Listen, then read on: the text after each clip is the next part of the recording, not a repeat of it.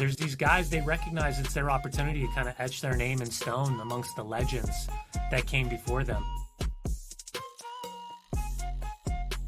Man, where do you start? Vasco Aguirre and Rafa Marquez have done an amazing job, and it was kind of fascinating thinking about last fall and the juxtaposition of the U.S. kind of doing so well against Japan and Ecuador and Australia, Paraguay, Uruguay, where Mexico was really struggling. They were struggling for an identity. They were struggling for the expectation of mentality and the build-up to the World Cup and the insane amount of pressure that always surrounds that group.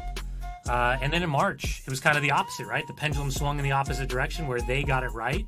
And there started to be a couple of question marks after Portugal and Belgium for the U.S. men's national team. I was lucky enough, I've been down in Monterrey for the past 4 games, down at Rayados Stadium in Monterrey. And I can promise you, man, the vibes and the feel around not only Monterrey, but Mexico, every single time you stepped outside of the hotel, it was the green Mexico jerseys representing. And they, the Mexican fan base, culturally, they just wanted to talk football. They wanted to talk soccer. They just wanted to understand why I was there as an American, what kind of my role was in Monterrey, and being a part of these broadcasts.